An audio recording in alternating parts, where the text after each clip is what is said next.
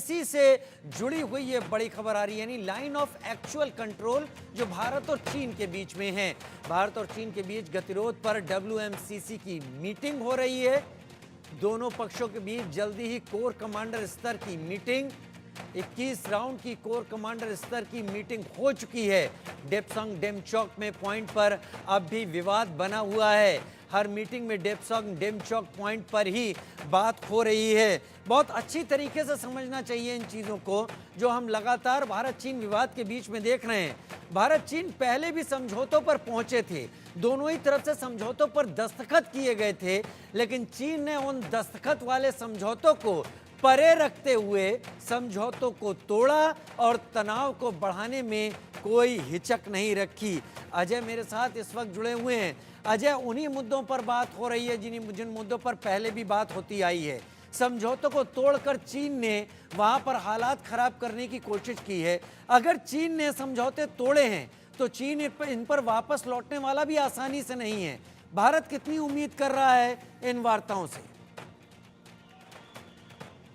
देखिए, दोनों देशों के दरमियान जब LAC पर तनाव हुआ था, चाहे वो अरुणाचल का इलाका हो, लद्दाख का इलाका हो, पेंगोंग का इलाका हो या गलवान का इंसिडेंट हो, उसके बाद से लगातार भारत ने एक चीज़, क्योंकि दोनों देशों के बीच में सहमति तभी हो सकती थी जब दोनों देश जो हैं कहीं ना कहीं इस चीज़ पर रजा हों कि जो भी बातचीत होगी, जो भी स्टैंड ऑफ के पॉइंट हैं उन पर चर्चा होगी। 21 राउंड की बातचीत हो जाने के बाद अगर चीन किसी चीज़ से बदल रहा है तो यकीनन चीन के नीयत जो है वो साफ नहीं है। हालांकि पहले से भारत को इस चीज़ की आशंका है कि चीन जो है वो कहीं इस तरह की हरकत कर सकता है जिसमें चीन की तरफ से कहीं जम्मू कश्मीर, लद्दाख, अरुणाचल या LAC के जो इलाके हैं वहाँ पर कोई अप्रिय घटना को अंजाम दे, क्योंकि इनकर्जन चीन जो है बड़े लंबे समय से करता आ रहा है। आप देखें तो चाहे गलवान में जब भारतीय सेना ने जवाबी कार्रवाई की, पेंगोंग में किया, अरुणाचल में किया, उसके बाद चीन थोड़ा संभला और उससे समझ आया कि भारतीय सेना पुरानी वो सेना नहीं है।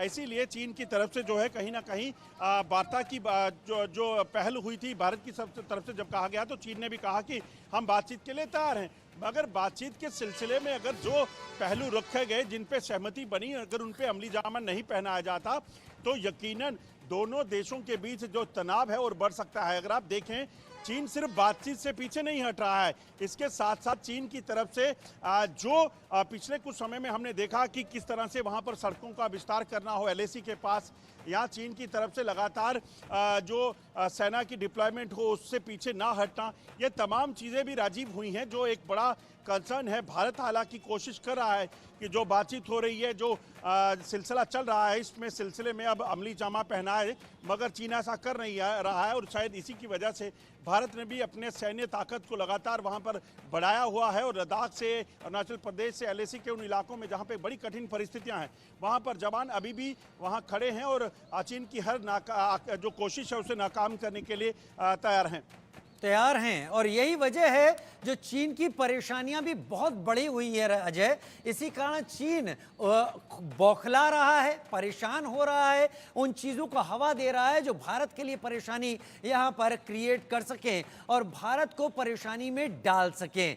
अजय, अभी फिलहाल सेना से जुड़ी हुई सेना इस पूरे इलाके में, जैसे सेना ने जम्मू रीजन में अपनी तादाद बढ़ाई है पाकिस्तान को काउंटर करने के लिए, क्या सेना चीन को काउंटर करने के लिए भी LAC पर अपनी तादाद बढ़ाने की सोच रही है? क्या खबर मिल रही है?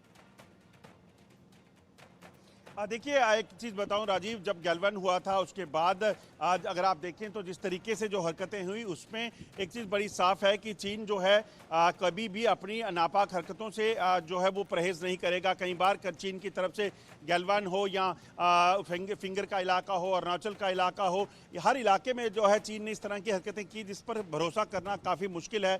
इसलिए भारतीय सेना की डिप्लॉयमेंट जो है वो अब 12 महीने 24 घंटे वहाँ पर रहती है और जो जितनी ज़रूरत है उस हिसाब से वहाँ पर डिप्लॉयमेंट को रखा गया है। आपको ये भी बता दूं कि चाहे ना सिर्फ सेना की डिप्लॉयमेंट बल्कि वहां पर रोड और सड़कों का विस्तार, वहां पर तमाम जो चीज़ें इस वक्त सेना को वहां ज़रूरत है, आईटीबीपी को वहां चाहिए, उन सभी चीज़ों को पहुंचाया गया है। और भारत इस चीज़ को लेकर पूरी तरीके से आश्वस्त है, तैयार है कि चीन अगर कोई हरकत करता है तो उसको उसके अकॉर्डिंगली जवाब दिया जाएगा, जैसा पैंगोंग में हुआ, जैसा गैलवान में हुआ, उसी तरीके का। मगर भारत कभी भी ये नहीं चाहता कभी भी उसके पड़ोसी के साथ रिश्ते खराब हों, मगर चीन अगर नहीं सुधरा, चीन अगर उसको नहीं मानेगा तो यकीनन भारत भी किसी भी कार्रवाई के लिए, जवाबी कार्रवाई के लिए भी पूरे तरीके से तैयार है और उसको लेकर एडुकेट जो डिप्लॉयमेंट है वहां पर वो रखी गई है। ठीक है अजय, बहुत शुक्रिया अजय हमारे साथ